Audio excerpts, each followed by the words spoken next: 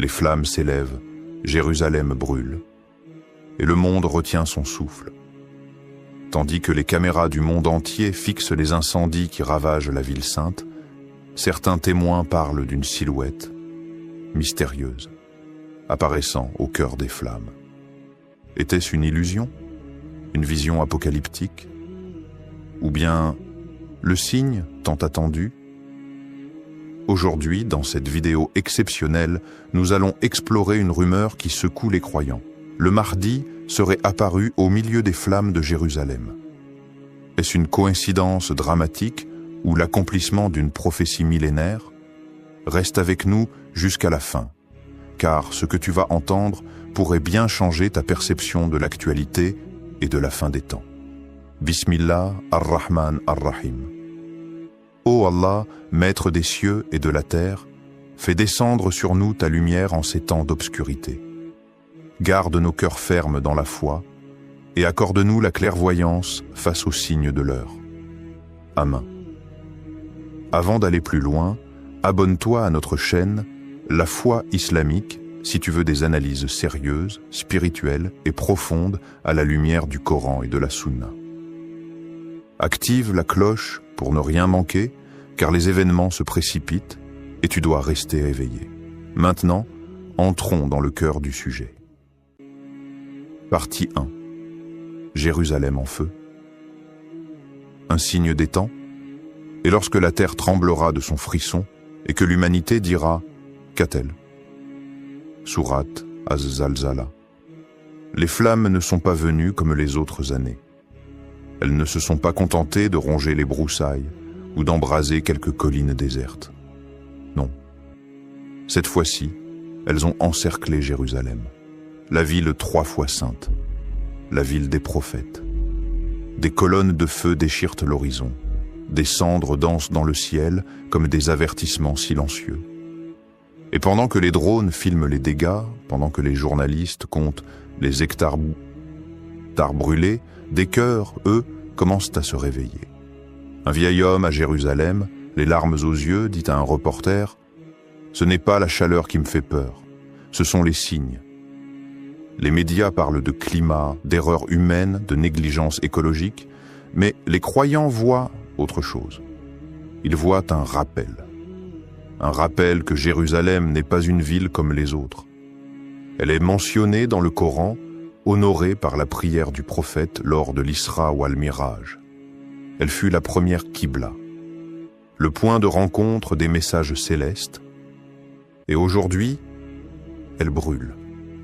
Les flammes entourent les lieux saints, comme si elles voulaient les atteindre, mais elles s'arrêtent à leurs pieds, comme si une main invisible les retenait, comme si Allah montrait sa colère, sans briser ce qu'il a sanctifié. Car ce feu n'est pas anodin.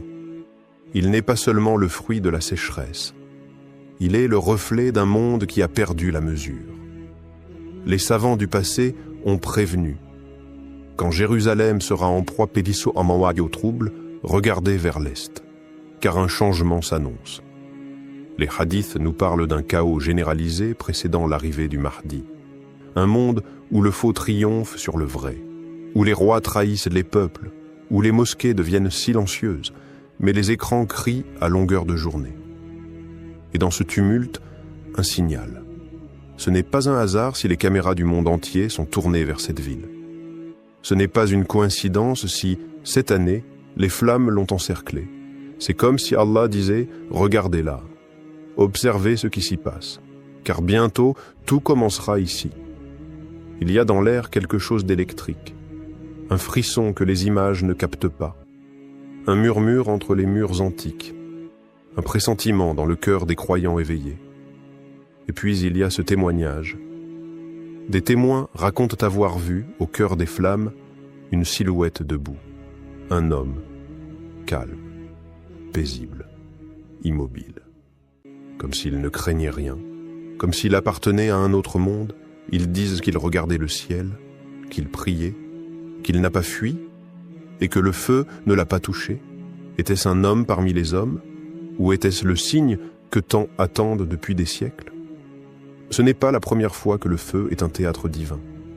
Souvenons-nous d'Ibrahim alayhi salam, jeté dans les flammes, mais sauvé par un miracle.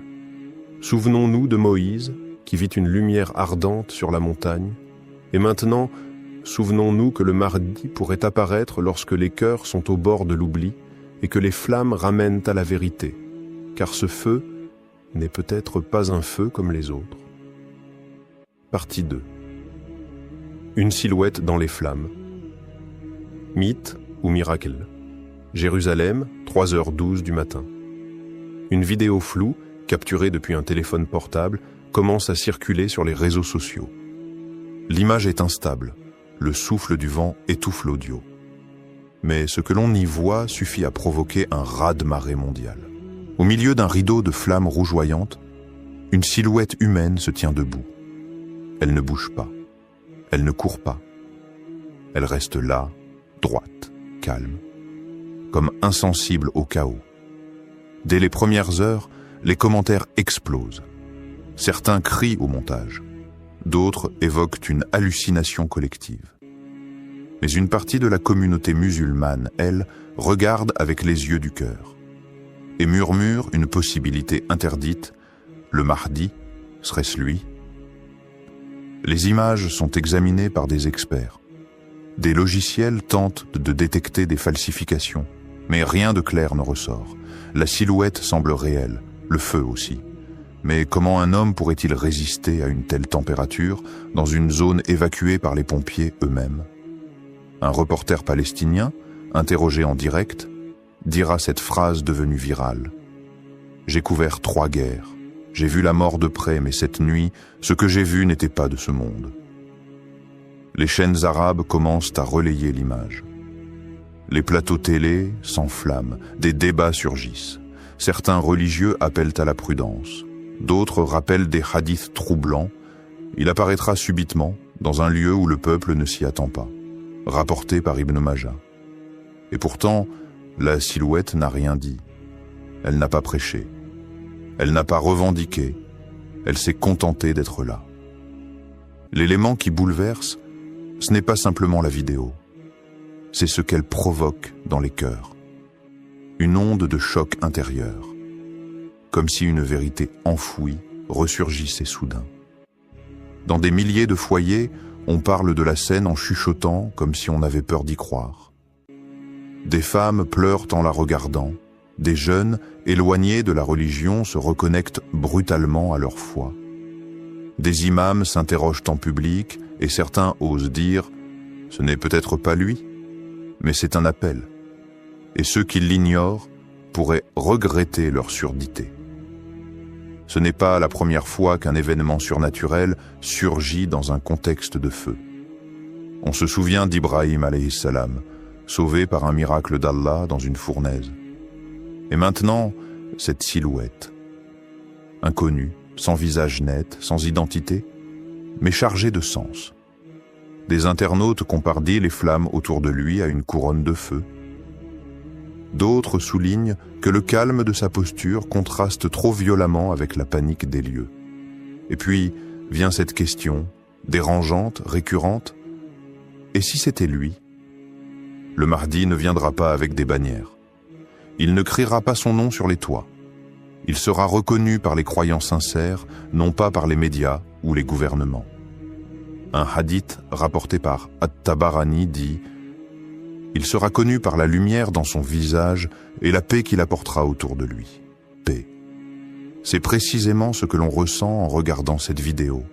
Malgré le feu, malgré le danger, un calme sacré, comme si le feu ne consumait pas, mais purifiait. Alors, mythe ou miracle, la question reste ouverte, mais le cœur, lui, a déjà commencé à frémir. Partie 3. Que disent les textes sur l'apparition du Mahdi? Le Mahdi, un nom chuchoté dans les mosquées depuis des siècles, évoqué dans les cercles de savants, craint par les tyrans, espéré par les opprimés. Mais qui est-il vraiment? Et que disent les textes sacrés à son sujet? Le mot « Mahdi » signifie littéralement « celui qui est guidé ». Il n'est pas un prophète. Il n'est pas un ange. Il est un homme issu de la descendance du prophète Muhammad, envoyé à la fin des temps pour rétablir la justice, écraser les tyrans et préparer l'arrivée glorieuse de Isa, alayhi salam, le Messie. Le prophète a dit, selon Abu Daoud, « Le Mahdi est de ma descendance, de la progéniture de Fatima. Son nom est le même que le mien, et le nom de son père est le même que celui de mon père. » Muhammad ibn Abd Allah, un homme ordinaire qui vivra un moment extraordinaire. Les textes décrivent son apparition soudaine dans un monde rongé par la confusion. Un monde où les croyants seront marginalisés, où l'injustice régnera, et où les cœurs chercheront une lumière dans la nuit. Et c'est dans ce contexte précis qu'il apparaîtra, selon les hadiths authentiques. Pas dans les palais, pas dans les capitales arrogantes, mais dans un lieu chargé de sens, souvent évoqué, la région du Cham qui comprend Jérusalem, Damas et ses environs. Selon un hadith rapporté par Al-Hakim, le prophète aurait dit « Il apparaîtra à une époque de conflits internes, de grands troubles et d'un monde où la terre sera remplie d'injustice. Des divisions, des révolutions, des tensions ethniques et politiques, des nations qui s'entretuent, des innocents écrasés, des peuples oubliés. C'est dans ce chaos que le Mahdi viendra. Les savants comme Ibn Kathir, An-Nawawi ou encore Ash-Shawkani ont analysé ces signes avec minutie. Ils s'accordent à dire que le Mahdi ne viendra pas pour annoncer une nouvelle religion. Il viendra pour restaurer l'authenticité de l'islam, comme un jardinier nettoie un sol oublié pour y faire renaître les fleurs.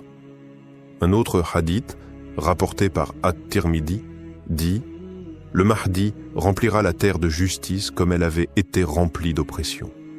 Et cette justice ne sera pas abstraite, elle sera vécue. Elle se traduira par la fin des guerres inutiles, le retour de l'équité entre les peuples, la défense des plus faibles.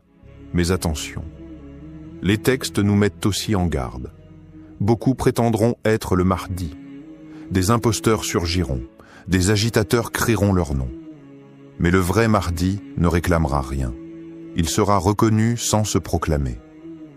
Le prophète nous enseigne que les gens sincères le découvriront par sa lumière intérieure, son humilité et les signes que seul un croyant éveillé saura lire. Parmi ces signes, il refusera d'abord le pouvoir, puis y sera contraint. Il apparaîtra alors que les musulmans seront divisés. Il recevra l'allégeance à la Kaaba, entre le coin et la station d'Ibrahim. Ce n'est pas un héros de cinéma, ce n'est pas un symbole creux. Le Mahdi, c'est un projet divin, un espoir pour les croyants sincères, un avertissement pour les hypocrites et un mystère que seul Allah contrôle. Et si les flammes de Jérusalem annonçaient le début de cette réalité? Et si cette silhouette, aperçue par quelques-uns, était le prélude au destin prophétisé depuis 1400 ans? Les signes sont là, mais seuls ceux qui ont le cœur vivant les reconnaîtront. Partie 4. Les réactions dans le monde musulman. Éveil ou déni d'aïe. Ils sont des millions à avoir vu cette silhouette dans les flammes, sur les écrans des téléphones, dans les salons, dans les cafés, dans les mosquées.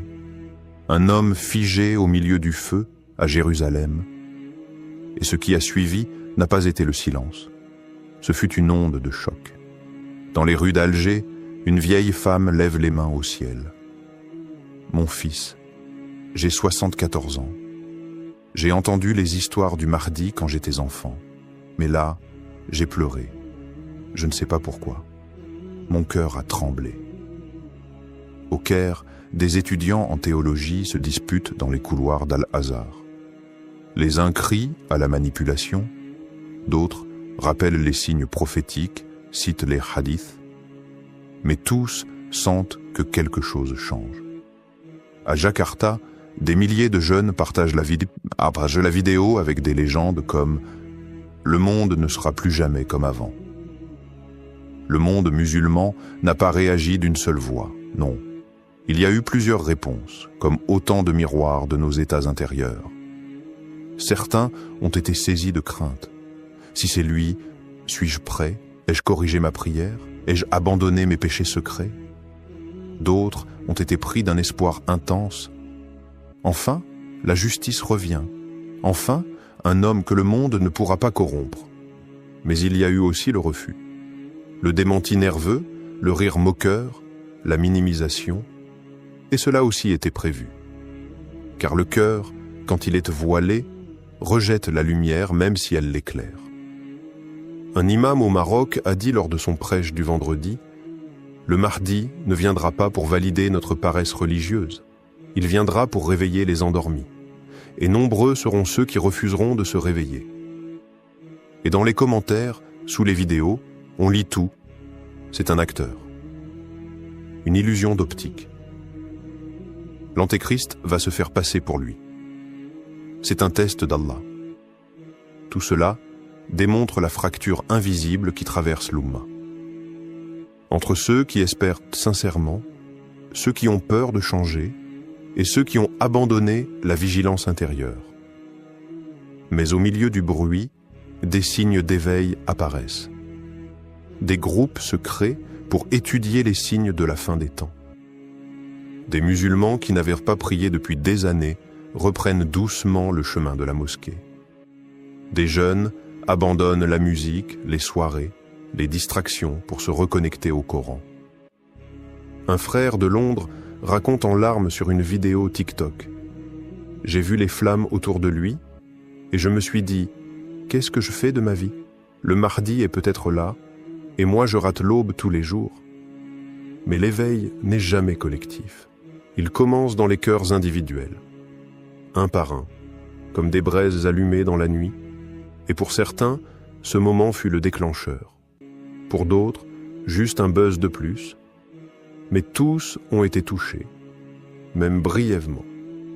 Et c'est peut-être là la vraie question, pas « est-ce que c'est lui ?» mais « qu'est-ce que ce signe fait naître en moi ?»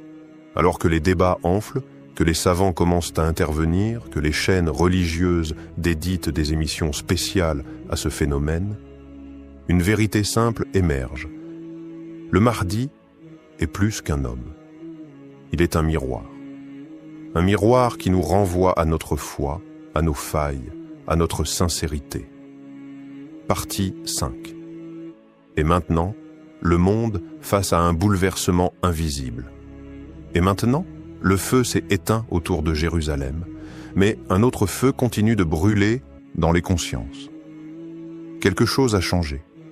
Ce n'est pas visible sur les cartes, pas dans les bulletins d'information, mais dans le silence pesant qui s'est installé après l'éclat. Un frisson collectif, un instinct ancien réveillé. Le Mahdi est-il déjà là? Le monde continue de tourner, mais plus rien ne semble vraiment comme avant. Les puissants observent. Les agences de renseignement du monde entier analysent la vidéo image par image.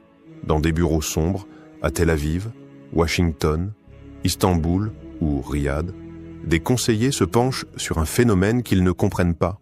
Ils ne peuvent pas l'éteindre, ils ne peuvent pas le capturer, ils ne peuvent pas le contrôler. Pendant ce temps, dans le cœur des croyants sincères, une voix intérieure chuchote « Prépare-toi ». Prépare-toi non pas à une guerre, mais à un grand retournement. Car si c'est lui, alors le Dajjal n'est pas loin. Alors les nations s'effondreront comme des châteaux de sable. Alors la vérité, nue et puissante, se dressera devant le monde entier. Et les hypocrites reculeront, les injustes trembleront, les rois tomberont, les peuples crieront, et le croyant se redressera. Le Mahdi n'a pas besoin de nos likes, de nos hashtags ou de nos tendances. Il n'a pas besoin de campagne, il a Allah. Et celui qu'Allah soutient, nul ne peut le stopper. Il ne se battra pas avec des missiles, il ne négociera pas avec les tyrans. Il viendra avec la prière, la justice et une lumière que rien ne pourra éteindre, et ceux qui l'accompagneront ne seront pas les plus riches, ni les plus éduqués, ni les plus populaires. Ce seront ceux dont les genoux sont fatigués par la prosternation, ceux qui pleurent la nuit en secret, ceux qui aiment Allah plus que ce monde. Alors maintenant, toi qui entends ces mots, tu n'es pas spectateur. Tu es acteur d'une ère prophétique. Tu peux te détourner, éteindre la vidéo et reprendre ta routine. où tu peux répondre à l'appel, pas en criant dans les rues, mais en purifiant ton cœur, en corrigeant ta prière, en rappelant à ton âme pourquoi elle a été créée. Ô Allah, maître des mondes, créateur du temps et des signes, si le Mahdi est parmi nous, alors fais de nous ceux qui le reconnaissent. Ne nous laisse pas parmi les égarés, ni parmi les aveugles, mais accorde-nous la clairvoyance, la patience et le courage d'être à ses côtés. Amin. Et toi, cher frère, chère sœur, si ton cœur a frissonné aujourd'hui, si tu sens que ce n'est pas qu'un simple sujet, alors abonne-toi à la foi islamique, car ce que nous vivons n'est que le début. Des révélations plus profondes, des signes plus clairs, des vérités oubliées nous attendent, et ensemble, nous marcherons vers la lumière. Pas à pas, vers la promesse d'Allah. Frères et sœurs en islam, ce que vous allez entendre aujourd'hui dépasse l'imagination. Des paroles chuchotées dans les cercles de savants, des visions partagées entre les murs sacrés des mosquées, des rêves puissants confiés par des chers reconnus pour leur piété. Tous convergent vers un seul et même nom, le Mahdi. Il ne s'agit pas de rumeurs ordinaires. Ce sont des récits que peu osent dévoiler et qui pourraient si bien annoncer le début d'un bouleversement prophétique. Que se passe-t-il aujourd'hui dans le monde musulman? Pourquoi tant de savants, de chers et de guides spirituels parlent-ils de son imminente venue? Avant de plonger dans ces révélations, abonnez-vous à cette chaîne, la foi islamique. Ensemble, explorons la vérité à la lumière du Coran, de la Sunna et des signes des temps. Au nom d'Allah, le tout miséricordieux, le très miséricordieux, ô Seigneur, éclaire nos cœurs de ta lumière, affermis notre foi dans les épreuves, et accorde-nous la guidance à travers les signes que tu révèles à tes serviteurs sincères. Partie 1. Les cheikhs qui ont parlé. Des voix respectées qui s'accordent. Ils ne sont ni des youtubeurs sensationnalistes, ni des rêveurs illuminés. Ils sont des porteurs de savoir, des veilleurs dans la nuit du monde moderne, des hommes qui ont passé leur vie à lire, à prier, à observer et à se taire, jusqu'à ce que le poids des signes les pousse à parler. Cheikh Imran Hossein, Cheikh Nabil Al-Awadi, Cheikh Al-Habib Ali Al-Jifri. 3 noms, 3 horizons, mais un même frisson dans leurs propos. Quand ces figures prononcent le mot Mahdi, ce n'est jamais à la légère. C'est après des années de méditation, d'étude des hadiths, et parfois d'un rêve venu troubler leur nuit. Cheikh Nabil Al-Awadi, figure du monde sunnite, réputé pour sa prudence, n'a pas cherché à créer le buzz. Il a simplement déclaré, dans une voix tremblante mais ferme, « Nous vivons une époque où les signes mineurs sont quasiment tous passés. Il ne reste que les grands, et le Mahdi en est la clé. » Cette phrase n'est pas un cri. C'est un signal, discret mais profond. Et pour ceux qui connaissent la science des signes, ce genre de déclaration ne peut être ignoré. Ce n'est pas un homme quelconque qui parle. C'est un érudit, formé, entouré, respecté. Et pourtant, il ose évoquer ce que beaucoup n'osent qu'effleurer, l'imminence. Puis vient Cheikh Al-Habib Ali Al-Jifri, dont la parole est connue pour sa douceur, mais aussi sa profondeur spirituelle. Il ne donne pas de date. Il ne fait pas de chronologie. Il raconte un rêve qu'il a vu, un rêve bouleversant. Un homme au visage lumineux, à la Mecque, entouré de croyants criant « Tu es notre guide ». Il n'a pas dit que c'était le Mahdi. Il n'a pas prononcé ce mot. Mais son regard, en racontant ce rêve, parlait pour lui. Il tremblait d'émotion, comme si cette vision avait traversé son âme.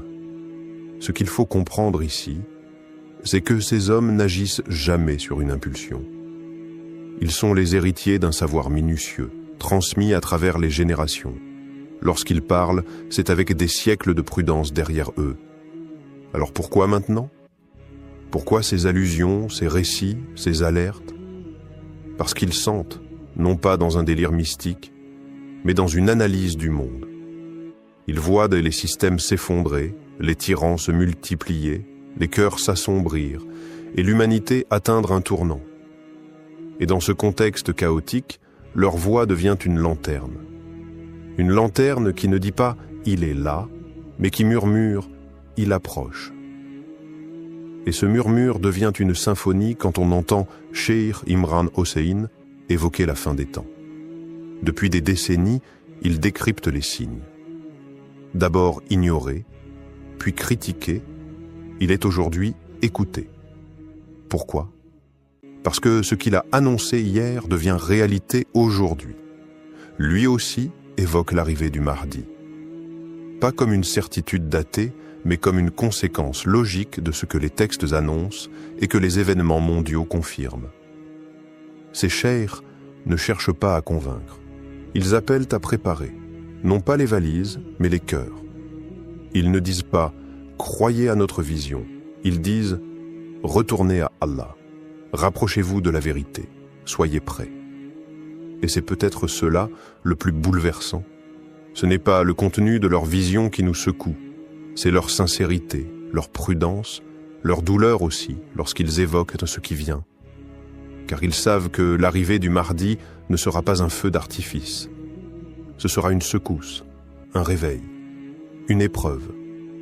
Et seuls les cœurs connectés à la lumière divine tiendront. Partie 2. Des rêves révélateurs. Ce que certains ont vu du Mahdi. Dans le silence de la nuit, alors que le monde dort et que les âmes s'élèvent, certains voient. Pas avec les yeux du corps, mais avec ceux du cœur. Ces rêves ne sont pas des fantaisies. Ce sont des fragments, des éclats du monde invisible que Dieu offre à ceux dont le cœur est purifié. Le prophète Muhammad l'a dit. Le rêve véridique est une des 46 parties de la prophétie. Et dans notre époque troublée, ces rêves se multiplient. Pas chez n'importe qui, mais chez des hommes de science, des femmes pieuses, des étudiants sincères, des cheikhs silencieux que le ciel réveille. Un cheikh marocain a confié le regard humide que dans son sommeil, il s'est vu transporté à Médine. Là, debout devant le noble tombeau du prophète, un homme pleurait, les mains levées, le cœur déversé en larmes. Et puis cette voix venue de nulle part, ou peut-être d'en haut, « Voici le Mahdi que tu attends ». Il s'est réveillé tremblant. Il n'a pas cherché à interpréter, il a seulement su. Quelque chose s'est imprimé en lui, comme une certitude douce et pesante à la fois. Il n'a pas cherché à en parler partout. Il l'a partagé à quelques élèves, à ceux capables d'entendre sans moquerie, de ressentir sans idolâtrer. Ce rêve n'est pas isolé. Il fait partie d'une constellation. En Égypte, un fakir raconte avoir vu une foule immense autour de la Kaaba. Un homme, vêtu simplement, au regard baissé, refusait de monter sur le minbar. Mais les gens le suppliaient. Ils l'appelaient par un nom qu'il n'ose plus répéter sans frissonner. À Karachi, une femme pieuse raconte une vision où la nuit s'est éclairée d'une lumière intense. Un homme marchait entre les ruines d'un monde brisé. Derrière lui, des enfants, des savants, des orphelins. Il ne parlait pas, mais sa présence apaisait. Les oiseaux se taisaient et même le vent semblait écouter. Et ce qui trouble le plus, c'est l'universalité de ces visions. Pakistan, Yémen, Europe, Afrique, Indonésie, France, partout, les récits se recoupent. Le même homme, la même pudeur, la même scène, la foule, la lumière et une voix qui désigne sans désigner, et pourtant aucune coordination entre ces rêveurs. Aucun agenda, juste des cœurs qui cherchent Dieu, des âmes qui pleurent en prière. Et parfois, la nuit leur répond. Ces rêves parlent tous de la même chose. Un homme qui ne veut pas être reconnu, qui refuse le pouvoir, mais que les gens reconnaissent malgré lui. Un homme qui pleure devant le prophète et qui porte une lumière intérieure que même les aveugles sentiraient en passer. Alors, que faire de ces récits? Les rejeter en bloc? Les ranger dans une case de coïncidence collective? Ou faut-il, peut-être, se poser une autre question? Et si ces rêves n'étaient pas là pour désigner un homme, mais pour réveiller des cœurs? Peut-être qu'Allah nous montre ce visage, non pas pour qu'on le suive aveuglément, mais pour qu'on se prépare à ce qu'il représente. La fin de la corruption, le retour de la justice, le triomphe de la vérité. Le début d'une ère où l'islam se vivra avec sincérité, non plus dans la peur ou la honte. Et dans cette époque pleine de mensonges, de confusion et de douleur, ces rêves sont peut-être les derniers flambeaux avant la grande lumière. Partie 3. Les signes qui les ont poussés à parler. Il y a un moment où le silence devient trahison. Un moment où se taire face à l'effondrement du monde revient à abandonner les âmes à l'errance. Ce moment, selon certains savants, est arrivé. Depuis des années, les cheikhs les plus lucides observaient. Ils analysaient. Ils patientaient. Mais aujourd'hui, ils parlent. Et si des voix comme Cheikh Imran Hossein, Cheikh Nabil Al-Awadi ou Cheikh Al-Jifri ont décidé de s'exprimer sur le Mahdi, ce n'est pas par hasard. Ce n'est pas pour provoquer. C'est parce qu'ils ont vu les signes. Et ces signes sont devenus trop évidents, trop puissants pour être ignorés. Guerre dévastatrice au Moyen-Orient. Des villes réduites en cendres. Des enfants enterrés sous les ruines. Des peuples brisés, dispersés, déshumanisés. Et à chaque nouvelle guerre, un même schéma. Oppression, injustice, silence des puissants. Jérusalem sous tension. Cheikh Imran Hossein ne cesse de le répéter. Celui qui ne comprend pas le rôle prophétique d'Israël et de Jérusalem dans la fin des temps ne peut comprendre l'éveil du Mahdi. Il explique que le faux Messie, Dajjal, doit émerger à travers un système corrompu, sioniste, imposant au monde une fausse paix, une fausse liberté, une fausse justice, et que le Mahdi, à l'inverse, apparaîtra comme un contre-choc, un retour à la vérité absolue, à la justice divine. Un monde à genoux. L'effondrement moral n'est plus une théorie. L'impudicité est devenue une industrie. L'injustice, une norme.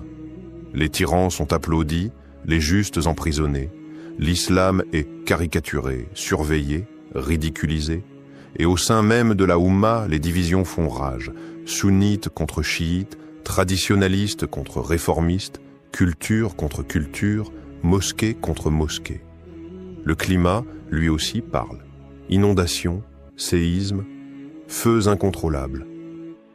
La planète semble crier sous le poids des péchés de l'humanité. Les savants ne sont pas des climatologues, mais ils voient dans ces bouleversements un rappel, une purification avant le retour d'un ordre divin. Cheikh Nabil l'a dit sans détour. L'analyse ne suffit plus. Les gens ont besoin de foi, de lumière, car ce qui vient ne sera pas une manifestation spectaculaire. Ce sera une épreuve, une tempête qui n'épargnera que ceux qui auront préparé leur cœur. C'est cette urgence qui les pousse à parler. Pas pour créer de faux espoirs, pas pour désigner un homme à suivre, mais pour réveiller les cœurs. Ils ne donnent pas de nom, ils ne fixent pas de date, ils avertissent, ils secouent. Leur message est clair, le Mahdi ne viendra pas pour résoudre vos problèmes. Il viendra avec une mission immense qui exigera de vous vérité, sacrifice et foi. Si vous n'êtes pas prêt à vous réformer maintenant, vous ne le reconnaîtrez peut-être même pas quand il viendra. Ces chers voient, pas parce qu'ils sont devins, mais parce qu'ils ont appris à lire le monde avec le Coran dans une main, les hadiths dans l'autre, et les yeux tournés vers les signes d'Allah. Et ces signes, aujourd'hui, hurlent. Partie 4. La peur et l'humilité des savants devant ces signes. Il y a des vérités qu'on ne crie pas. On les chuchote avec respect, avec tremblement, car elles ne sont pas des slogans, elles sont des responsabilités. Et c'est dans ce silence lourd, rempli de crainte et d'humilité, que les savants parlent du Mahdi. Ils ne s'affichent pas comme des visionnaires. Ils ne cherchent ni gloire, ni vue, ni applaudissements. Ils ne se prennent ni pour prophètes, ni pour élus. Non. Ils baissent l'adme la tête. Ils disent « Nous ne savons pas, mais nous sentons. » Et ce que nous sentons, c'est un appel. Leur voix n'est pas celle de la prédiction, mais celle de la précaution. Ils ne veulent pas exciter les foules, mais réveiller les cœurs. Cheikh Al-Habib Ali Al-Jifri l'a résumé dans une parole sobre et forte. Ce n'est pas notre rôle de dire quand, mais c'est notre devoir de dire comment s'y préparer. Et le comment ne parle jamais de politique, ni d'armes, ni d'agitation. Il parle de tauba, de ce retour intime à Allah, sincère, silencieux. Il parle de prières nocturnes, celles que personne ne voit, celles que seule la miséricorde d'Allah entend. Il parle de lecture du Coran, pas en récitation automatique, mais en méditation, en imploration. Il parle de purification du cœur, d'abandon des rancunes, des orgueils, des attaches mondaines. Car ce qui arrive, si cela arrive dans notre génération, ne sera pas une gloire facile, mais une épreuve immense. Le Mahdi, s'il est proche, ne viendra pas avec des promesses de confort ou des miracles de facilité. Il ne viendra pas flatter les foules, ni confirmer les illusions. Il viendra avec la vérité, pure, tranchante, exigeante. Et cette vérité ne se lit pas sur les pancartes, elle se lit dans les âmes. Et seules celles qui auront été purifiées pourront la reconnaître. Les savants insistent donc. Ce n'est pas une question de date, c'est une question d'état. Peut-être ne viendra-t-il pas dans nos vies. Peut-être oui. Mais si nous voyons les signes, alors ne rien dire, ce serait trahir. Ils parlent avec des larmes, pas avec des certitudes. Ils ne promettent pas, ils avertissent. Car la peur qu'ils portent dans leur cœur n'est pas celle du chaos, mais celle d'un peuple musulman endormi, qui pourrait rater ce moment décisif par simple distraction. Et ils rappellent ceci, avec douceur mais fermeté. Ne vous occupez pas de reconnaître le Mahdi, occupez-vous de devenir le genre de croyant qu'il reconnaîtra. Le Mahdi ne regardera pas la barbe, ni la tunique, ni les discours grandiloquents. Il regardera les cœurs, il les sentira, il les appellera. Et seuls ceux qui auront préparé leur âme à la vérité répondront à l'appel. Partie 5. Et si l'heure était vraiment proche? Et si ces murmures qu'on entend un peu partout n'étaient pas des coïncidences? Et si ce que disent ces chers n'était pas de l'exagération, mais un cri d'alerte voilé, une sonnette qu'Allah fait résonner dans le cœur des sincères? Et si c'était notre génération? Oui, celle-là même qui scrolle, qui doute, qui cherche sans toujours savoir quoi, qui allait voir de ses propres yeux le Mahdi marcher sur cette terre? Regarde autour de toi, les repères s'effondrent, les valeurs sont inversées, la lumière semble s'éteindre et l'obscurité gagne du terrain, même dans les âmes. Mais peut-être est-ce précisément dans cette nuit profonde qu'Allah a voulu que la lumière du Mahdi apparaisse. Et si ce n'était pas une légende? Et si ce n'était pas pour les autres, pour une époque lointaine, pour des récits d'histoire? Et si c'était maintenant, dans notre époque confuse et vacillante, qu'Allah envoyait son serviteur caché, son réformateur promis, son signe vivant? Les jeunes musulmans, aujourd'hui, sont à la croisée des chemins. Beaucoup se sentent perdus, tiraillés entre modernité et foi, entre doutes et espoirs. Mais justement, c'est pour eux que le Mahdi est un espoir vivant. Un homme qui ne sera pas là pour séduire, mais pour réveiller. Pas là pour impressionner, mais pour guider. Pas là pour caresser l'ego, mais pour bousculer les cœurs. Il n'aura pas besoin de microphone. Il n'aura pas besoin de projecteur. Sa lumière viendra d'Allah, et ceux qui l'attendent avec foi le reconnaîtront sans confusion. Mais attention, ce n'est pas en spéculant sur lui qu'on se prépare. Ce n'est pas en débattant de son nom, de son origine, ou de ses gestes qu'on devient un de ses partisans. Ce n'est pas en surveillant les réseaux ou en cherchant des dates que l'on se tient prêt. C'est en purifiant son cœur. C'est en revenant à la prière, même quand personne ne regarde. C'est en refusant l'injustice, même dans le silence. C'est en écoutant les appels des savants, ces hommes droits qui n'ont rien à vendre, mais tout à transmettre.